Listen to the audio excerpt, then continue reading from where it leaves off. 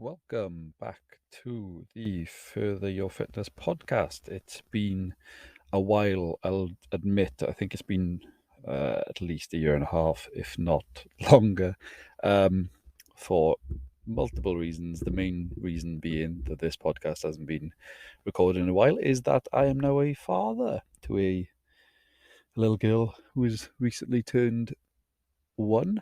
Obviously, for anyone who's ever had kids before, things do take over. I apologize to the three people that have missed this podcast dearly.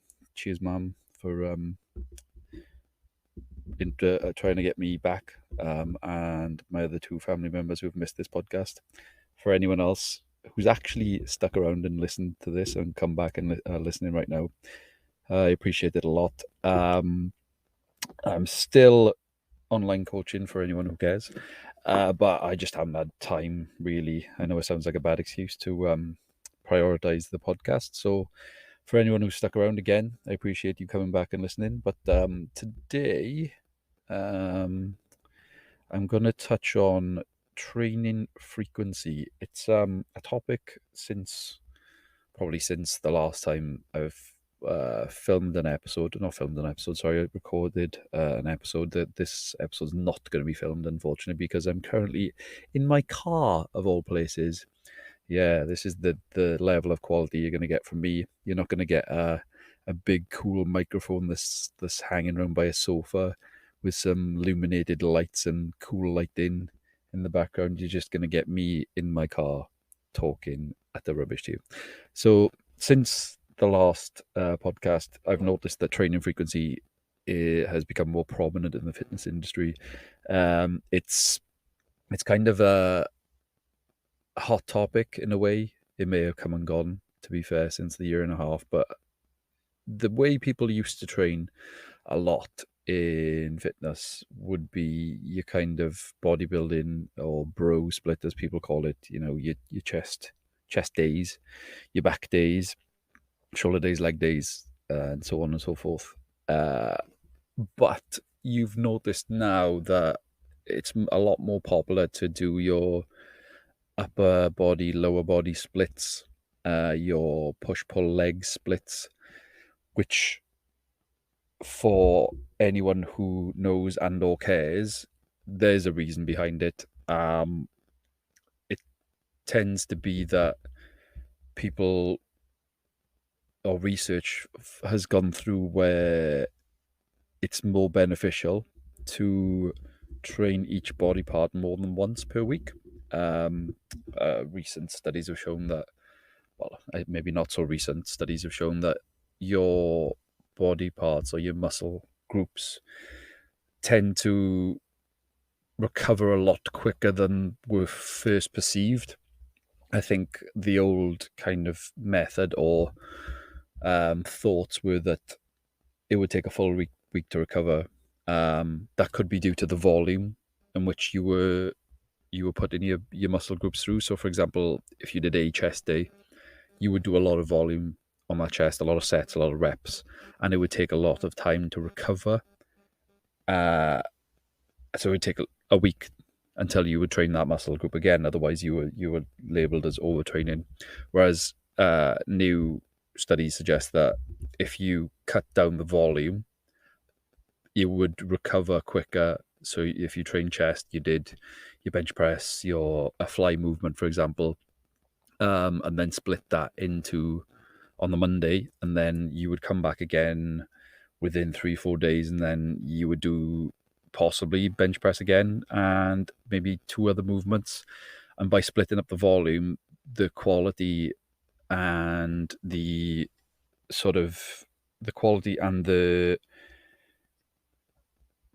improvement, the performance, the load would be of a higher standard. Therefore, you are more likely to improve and make gains or muscle growth, I suppose.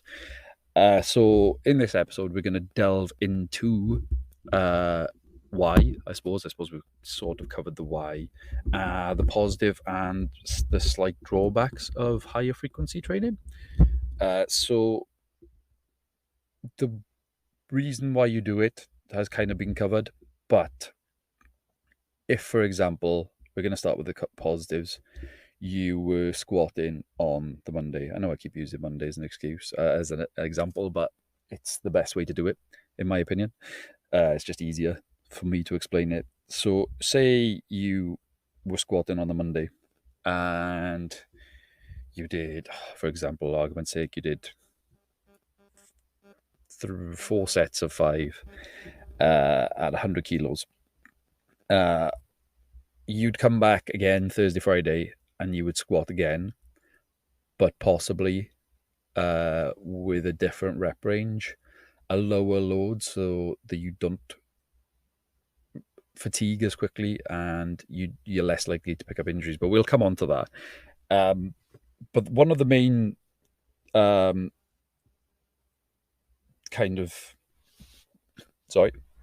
of the main reasons, or one of the main positives you would get from squatting twice a week, is the higher quality, or the higher chance that you will improve your technique.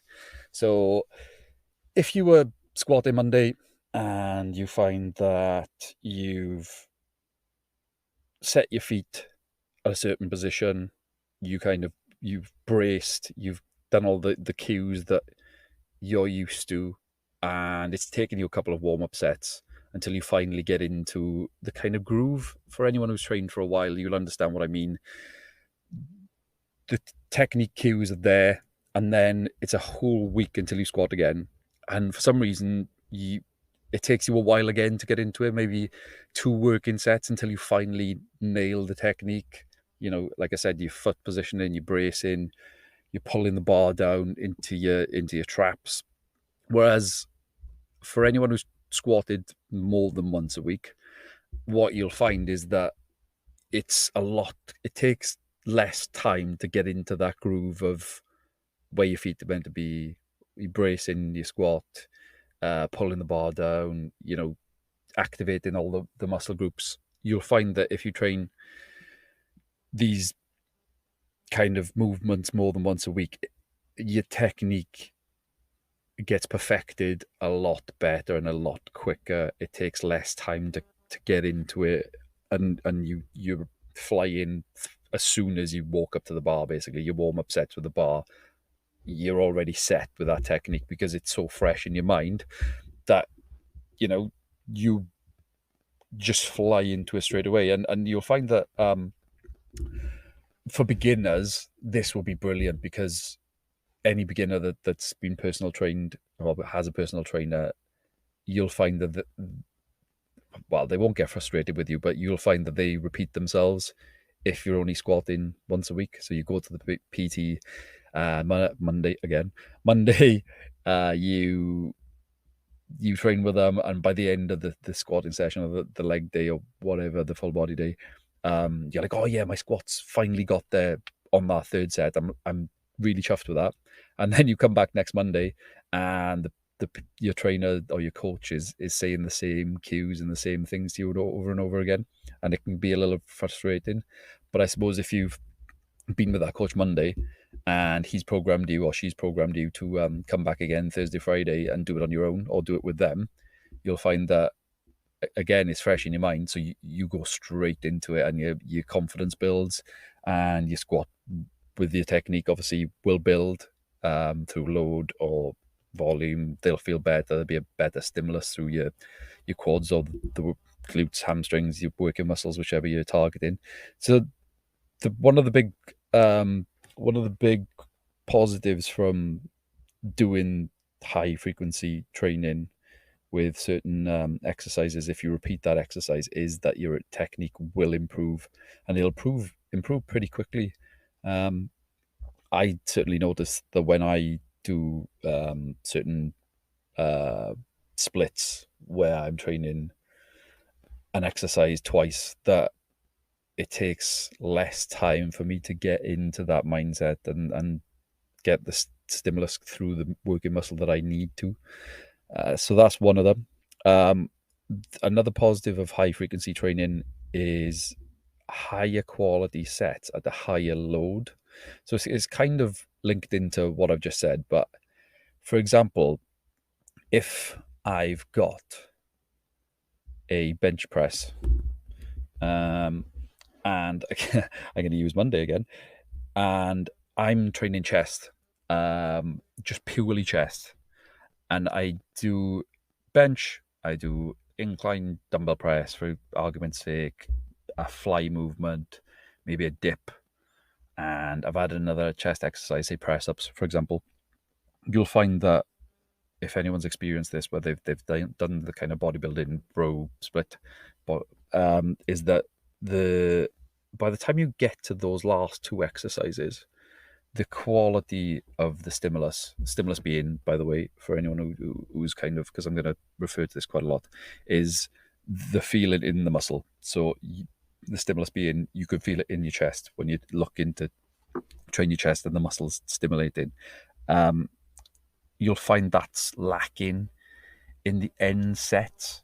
So the last two exercises, maybe your triceps start to take over.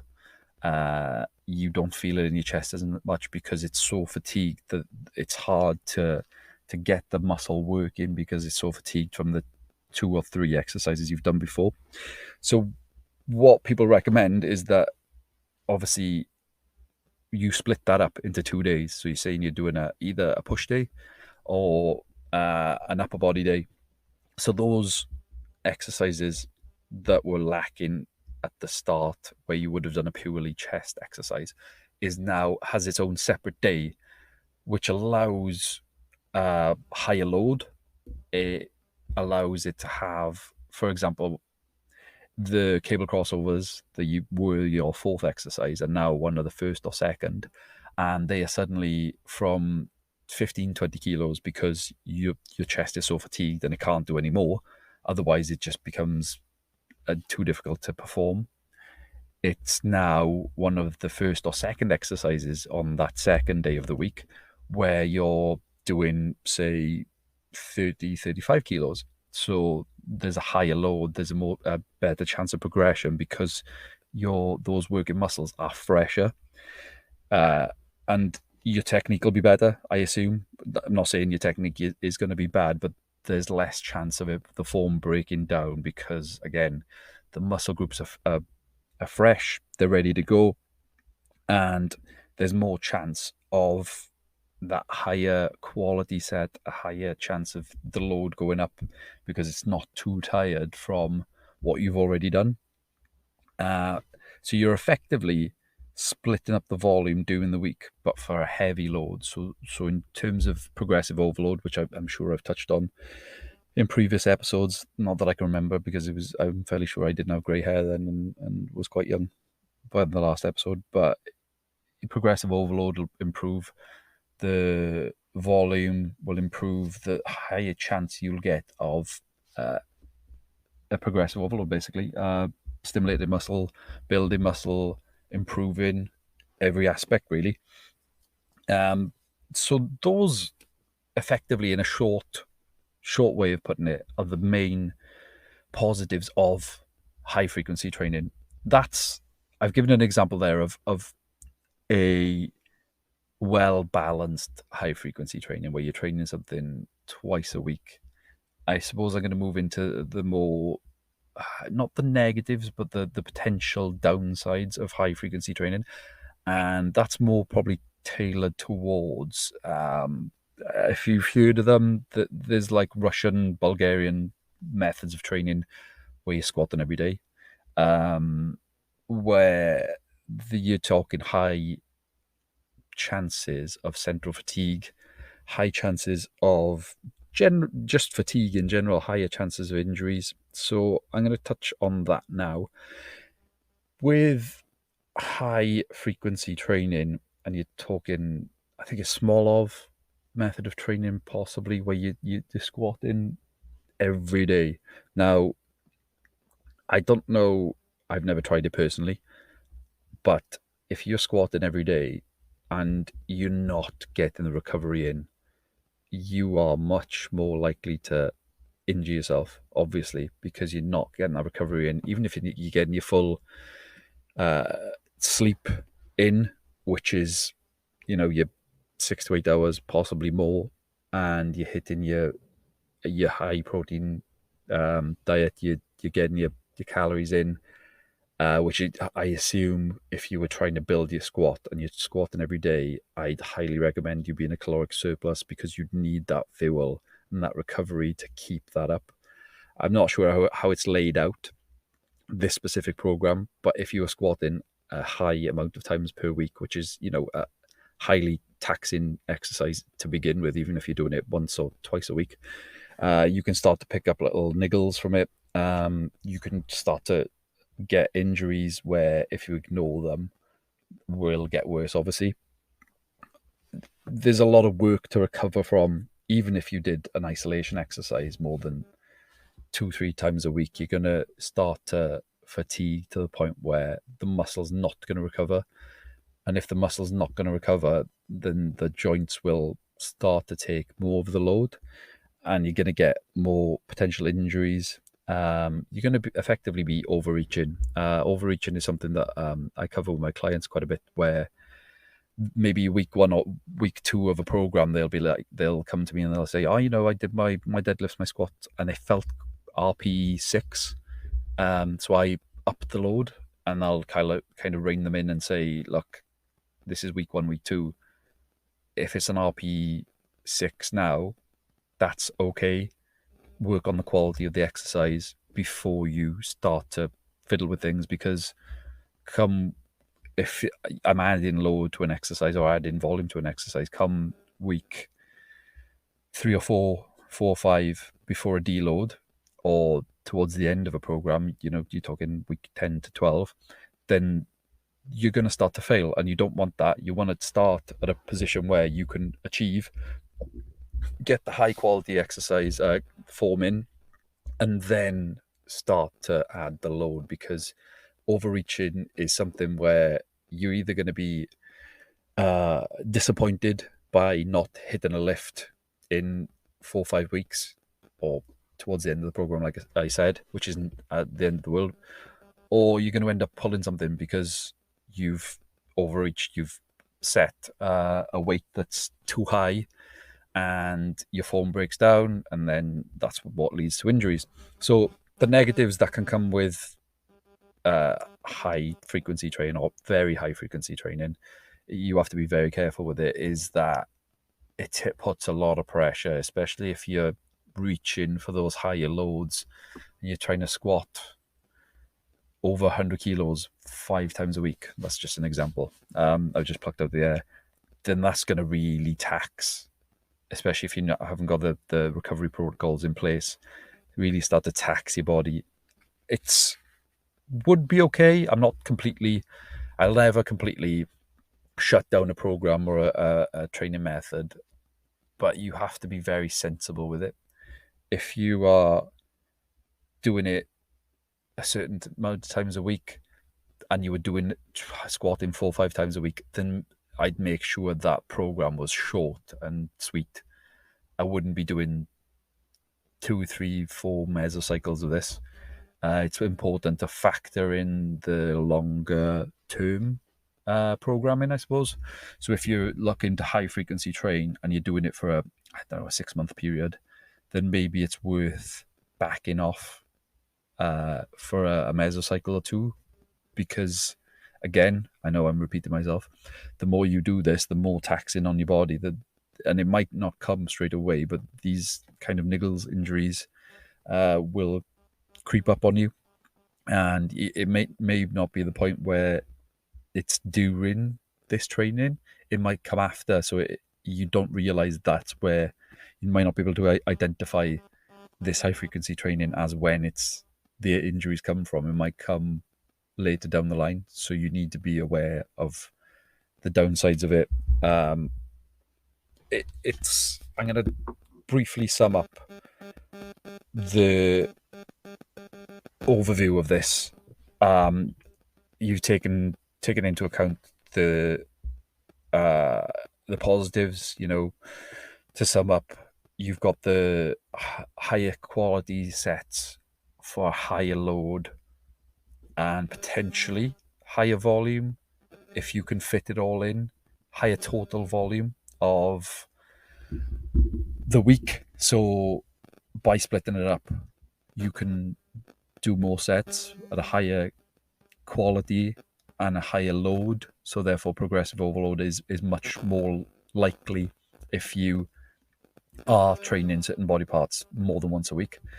And then the downsides being accumulating injury, overreaching of load or volume, and potential injury. Did I just say that? Oh, well.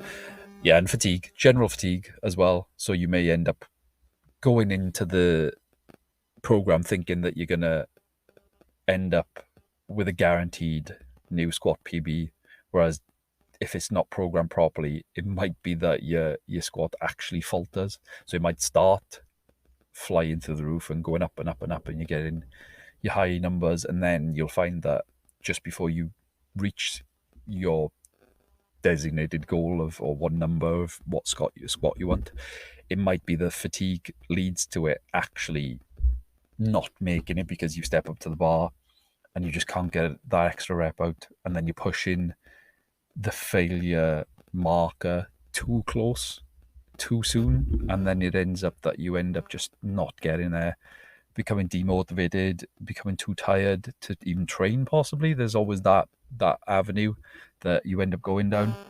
So it really needs to be factored in and programmed properly, where you're going up at a steady rate. You don't, like I said, overreach. You don't try and overdo it. The volume and the sets and reps are carefully thought out, where fatigue is taken into account. You've got to do it. So sorry about the dead air. You've got to ensure that you're managing your recovery, you're sleeping, you're getting your protein in, you're getting your carbs in, your dietary fats, and that's tailored around it. I wouldn't recommend doing very high frequency on a cutting phase or a fat loss phase. I make sure you've factored in a deload week or deload weeks. See, if you're doing high frequency training and you haven't deloaded, again, you're either going to falter where you start failing lifts. You either pick up an injury or you just become too tired. So make sure every so often you either plan your deload in advance, which is what I tend to do with my clients. You need to factor in a deload either off the cuff every 4 to 6 weeks at the start of your program, pre-planned. So you pick a week where you feel like, if you're an experienced lifter or you've got a coach who will probably factor this in with your numbers,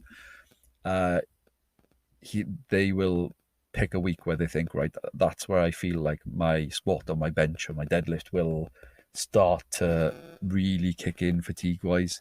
So you'll take a deload week, you'll drop the volume. So for example, you drop from 4 sets down to 2. It is frustrating, it's boring, but it's very necessary, especially for the negatives on high frequency training that I've touched on, with the injury, the fatigue. It really does give you a second wind to carry on with your program, and it needs to be factored in. The other option with the deload is that if you kind of train intuitively to a point where you're still tracking your workouts, you're still looking at the overload that you're going through, but you just kind of go along feeling with deload, where you go into deload between 4 and 6 weeks, but maybe on week 4 you feel fantastic and you're an experienced lifter and you just feel like you could go another week, and then maybe that week is when you're like, right, okay, I've hit week 5, I'm very fatigued. I have the signs that I've picked up in previous training through the years of training are coming in, where I'm tired, I'm lethargic, I don't feel like coming into the gym. That's another kind of factor that can come in where you feel like you need a deload, is if you kind of sluggishly dragging yourself to the gym. So deload can be helpful for your mental kind of outlook on the gym. And then you decide on week 6 you deload. So then you drop the sets or the reps or however your method of deloading is. So that needs to be built in.